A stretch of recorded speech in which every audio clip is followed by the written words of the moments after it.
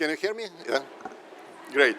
Yes, I'm VP of Biopharmaceutical Development and Quality at Calibr-Skaggs Institute for Innovative Medicine, which is a subsidiary of Scripps Research. So basically, Scripps Research is 2,500 people located here mainly in California, but also 500 people in Florida, and it's one of the main academic institutions. And within Scripps, we have several subsidiaries, and Calibr-Skaggs acts as a commercialization wing of the Scripps Research. So basically, we develop our own drug candidates, put them in process development, manufacturing, clinical trials, and the goal is to out-license it to large pharma companies, and we have several partnerships with Pfizer, BMS, Merck. Currently, we are in collaboration with AbbVie, and we develop multiple products. So we, as an institute, we have a great drug discovery unit with a robotic system or robotic facility which works 24/7. And this is a fully automated platform. We have excellent research labs and internal program management. Whatever is related to process development, manufacturing, we outsource. We developed a global network, global development and manufacturing network with CDMOs in United States, Europe, India, and China.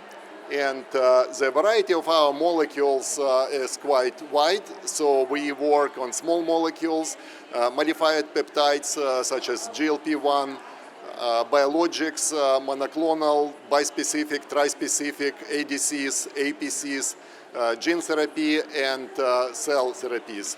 So with multiple products, multiple CDMOs, and massive amount of data, we apply quite a lot of artificial intelligence to analyze those data. And application of AI in CMC is quite different because majority of CMC, majority of AI in pharmaceutical business is focused on drug discovery or medicinal chemistry. If you compare AI in other industries such as IT, automotive, and semiconductors, you'll see quite a lot of automation, application of different artificial intelligence platform, digital twins, predictive analysis, and it creates faster innovation. However, pharmaceutical business is quite different, and in Biopharma CMC, it still relies on manual documentation, frequently handwritten SOP, handwritten batch records. It's human intensive. It relies on experience and technicians' experience, and it takes actually quite a lot of time to train people. Fragmented system, and it's very conservative to any change. As a result, it's a quite slow, complex, resource-intensive procedure. And there is a clear reason for that, because human health is at risk, regulatory agencies are very conservative, and it creates a high cost of failure. However, it also creates opportunity, which is huge for AI in CMC, because it can be used in process development, manufacturing, quality, regulatory filing, and it can speed up drug development. And why AI is moving into CMC right now, because it already works well in discovery, predicting protein structure, and involved in drug discovery, molecular modeling, virtual screening, and it brings proven value in early development of the drug.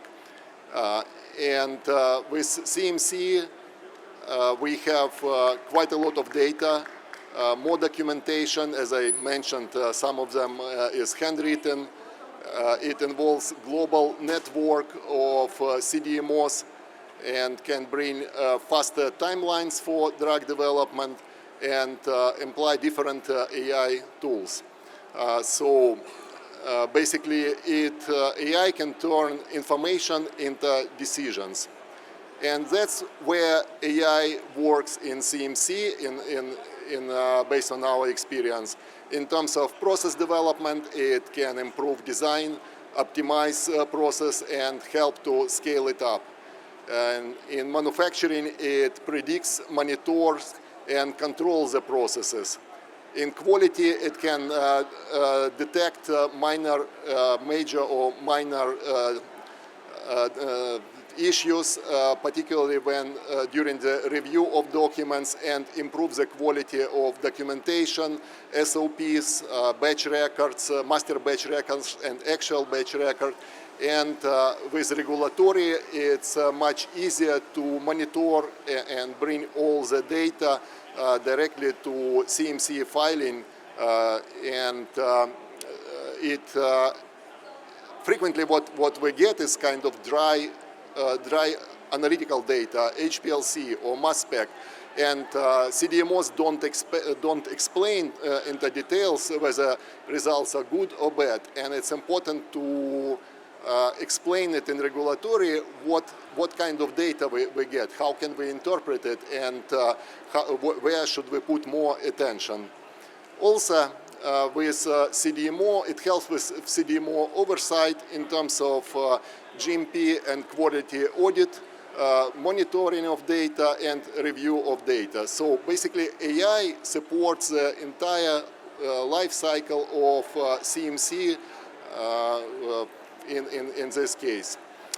And I'd like to present several case studies on how AI is implemented at our institute and also at different pharmaceutical companies. So first case study will be on cell line and media optimization. And usually in traditional approach, there are sequential steps as a select best clone, optimize media, scale up, but it brings a number of problems since it's long. It creates long timeline for the development. Many experiments go through design of experiments, missed clones, media interaction, and you can see surprises at the scale up. And in terms of AI-driven approach, it identifies base clone media contribution, robustness under stress, critical quality attributes, optimal productivity, and basically it evaluates simultaneously several parameters such as cell line, process conditions, and media. And as a result, it provides faster development, fewer experiments, better robustness, and lower risk. And I provided references on publications where AI was used for cell line and media optimization. Another case study is coming from WuXi on AI-driven perfusion control. Again, in traditional perfusion system, there are several steps such as offline testing, manual adjustment of processes, metabolic drift, and variable product quantity. The challenges are late detection, manual interpretation, inconsistent quality, and high production risks. When they applied AI-driven perfusion control, it basically resulted in inline Raman spectroscopy, machine learning model, real-time prediction, automatic process control, and stable perfusion culture. So basically the benefits are stable cell line development, reduced metabolic drift, consistent product quality, and less operator intervention. And AI doesn't react to process changes, it anticipates them. Next case study in AI assistant master batch record review. So as a head of quality, I frequently get very large documents like master batch record, actual production batch record. It's like 200, 300, 400 page document where I don't have time to read to every buffer recipe, every equation, calculation, and manufacturing instructions. Using AI, we developed an AI agent which analyzes the entire batch record, and it transforms, analyzes CC, critical process parameters, in-process controls, recommends any adjustments, and from my personal experience, when I upload it, it literally says me that the batch record is 95%, master batch record is 95% ready and sufficient, but you have several problems to address. And one problem is misprint in equation. Another is the decimal point is not in correct place. Next, your in-process control at step 35, you should add another method such as HPLC, and let me know what HPLC parameters, if you need the HPLC parameters. So basically, it creates a very thorough analysis of master batch records, and after I correct it, we can go into manufacturing, and then actual manufacturing batch records provides additional control whether everything was done properly. And in terms of process implementation, I was just talking to another company, manufacturing company. They set up cameras when and the camera is looking how and registering how much operator spends on each step, where he signs and provides recommendations how to improve processes. Another case study was on environmental contamination.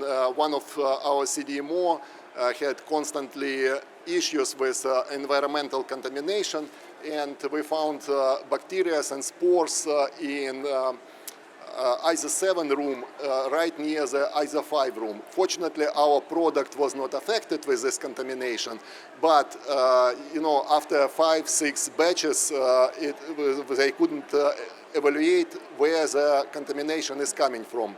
So basically, what I did, I took all deviation reports, put together, uploaded the facility blueprint, which includes HVAC, water system, and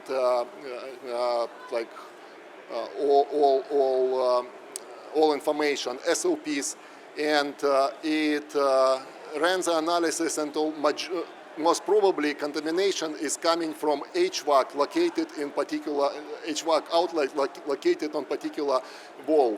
And we recommend that you check whether the filter was changed recently.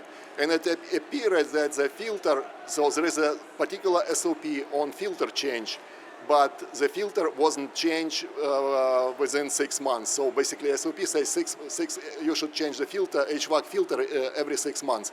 But it wasn't changed, and probably at certain point filter was failed, and the contamination was coming from the HVAC.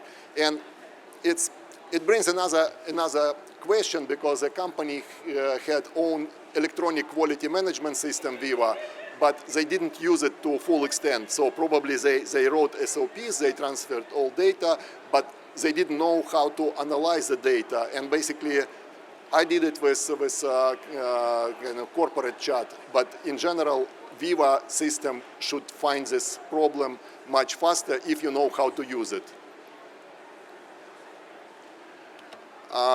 Development of quality management systems. So I help a lot small companies, startups. So besides Calibr, I have my own consulting company, and I help them a lot with development of quality management systems. And frequently, biotech startups don't have own quality departments or large groups. They don't have electronic QMS platform because it's quite expensive. So like some leading companies will charge $50,000 per year as license fee and then expand the price. But again, developing the agent within AI and explaining the company business and company structure, you can develop a basic package of quality system, which is quality manual, quality policy, quality agreement templates, 10, 20 different SOPs which will cover the company business, form templates, work instructions, and training materials which will provide basis for future scale-up. So you start with preclinical or phase 1 clinical development company, but then as company moves into phase 3, phase 2, 3, and early commercial, this quality management system is expanding. So basically it provides good basis for quality documentation, contract review and risk assessment, manufacturing and analytical reviews, and basis for scale up from preclinical to commercial manufacturing, and single knowledge base system. Again, it doesn't replace the quality. Company should have a quality representative or at least contract fractional quality person, but it creates opportunity to start your operations in biopharmaceutical business from proper basis. Next case study is on regulatory. You can upload hundreds or thousands of documents into depository and then analyze it with AI. But here's a quite interesting case study when we use one AI platform which is good in LLM. And it wrote the entire, with its help, we wrote an entire INDs, module 3 section. It's not a single step, it's quite a lot of interaction with AI, but at the end of the day, it polished the document. But then the question was, okay, we analyzed it like five different people from the company has read the IND, and it was kind of QC vetted. But then we ran it through Claude, and Claude is more data-oriented system. And Claude actually found the report was like 250 issues. 90% were kind of fake or it didn't understand, but top 10 issues were quite interesting because again, it analyzed original documents and written IND section, and it found actually some issues with original documents where there were some misprints or some misinterpretation of data, and it helped prepare much better IND section for regulatory filing. Then company is moving from United States, so they applied for submitted IND, but now they are moving into clinical trials in Europe. And again, IMPD has a slightly different approach in terms of language. It's more risk-based approach of regulatory filing. And with AI, you can change the focus in regulatory filing and basically be prepared not only for US FDA, but for European or anywhere in the world. And without AI, it takes quite a lot of efforts to analyze hundreds or thousands of documents, notes, metadata, and it simplifies the work significantly faster.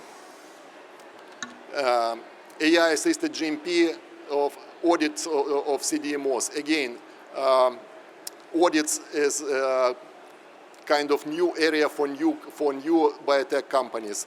And there are a number of audit standards developed by FDA, EMEA, World Health Organization, ISPEs, but it's important to understand how to run the actual audit. And one of the issues, like initially in my career, I participated in audits, and one of the issues when auditor couldn't find anything in the system, he, like recently, there was an example when he told, oh, there is a small spot on the ceiling, and I need to put it as a minor issue. So, but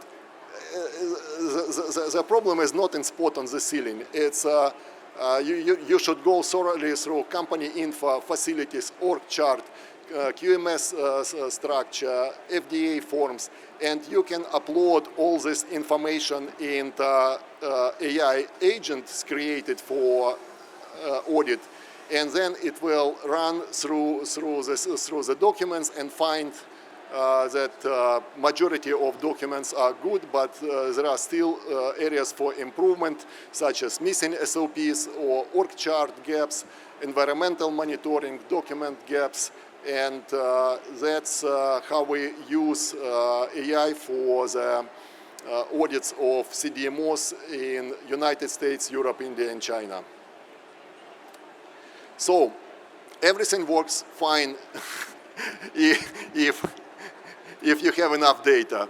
But what doesn't work if you have poor data quality, incomplete or inconsistent data, missing content, data silos such as disconnected system, no data integration, no connection, and so no insight, overhyped expectation. AI is not magic, and it can mislead you big time or hallucinate if you don't have good data. It will satisfy you, but you need to be very careful with AI. And if you don't have lack of strategy, it also doesn't help. How to start? 4 simple steps. Start with one use case, pick high value problem and try to solve it. Fix your data and then run small pilots and scale with works. And basically start smart, learn fast, and scale smart. And looking in the future, I see again major areas where AI is already take quite a lot of you can take quite a lot of activities, and it will expand further. Those are digital twins, real-time release, automations, manufacturing, and AI becoming a standard tool. So, like during this conference, I went through each and every company, CDMOs, asking how do you implement AI, and majority of companies say, yeah, we just started. We analyze some data. Particularly, it's valuable for companies with big history because they can analyze all data for last 10, 20 years and came with particular better understanding of their processes. So if I should say what are the key takeaways, those will be AI really works in CMC. So you've seen real case studies. Biggest barrier is the data or quality of data that you feed the system. Start small and scale, and move faster, stay compliant. Better data, smarter AI, and leads to better medicines. And if you would like to learn more, I just published a book on AI in biopharmaceutical process development, manufacturing, and quality. It's available on Amazon. And at this point, I'll be glad to answer your questions.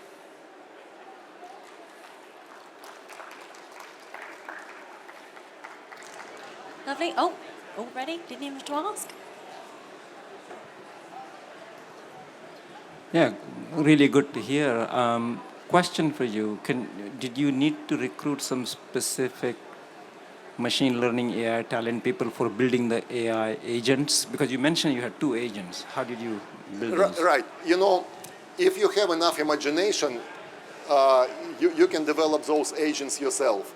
And particularly when you feed the data, you interact with the system, ask more questions, advice, and the system remembers your information. It really depends on tools or platforms you use. Like I noted that, let's say, Claude doesn't accept a lot of files. It tends to forget the information. So it focuses very well on recent digital data, like if you provided some calculations or numbers. So that works well. But if you ask like 50 different questions one after another, it forgets what you uploaded earlier. Chat is good with large language models, and you can upload like 20 documents at any time and say, don't answer until I upload 120 documents. And but it also hallucinates at certain points. So it's important to have a specialist who has good understanding of the process, who could recognize immediately where is a hallucination to avoid any type of mistakes. But in general, if you start working yourself, if you are a specialist in a particular area, it will develop a good agent for you, like within really relatively short period of time. Or you can develop develop an agent for a particular task, and then apply it for different processes.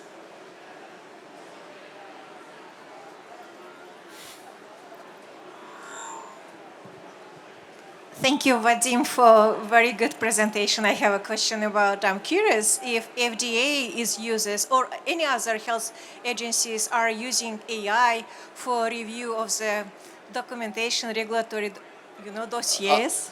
Absolutely, yeah. Governmental agencies using AI, including IRS, starting from this year. So you can be surprised by the tax period. But seriously speaking, yeah, definitely they're using AI to limited extent. And it's important not to rely 100% on AI, because there are a number of cases where companies submitted IND with data generated by AI and they were incorrect. And when FDA asked, what did you present, where did you get this data, or how did you come to this conclusion, the answer was, oh, AI provided this. And it was a nonsense. So and FDA constantly says, don't rely. Yes, use it, but don't rely. Otherwise, the sponsor of project is responsible for all regulatory submissions and correctness. I just have a follow-up question. So I'm wondering if FDA actually uses AI to reject submissions? I'm not sure, but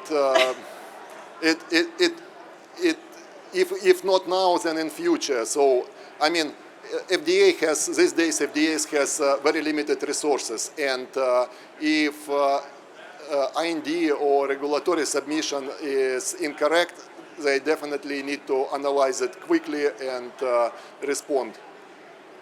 So, one way or another, I expect them to use it.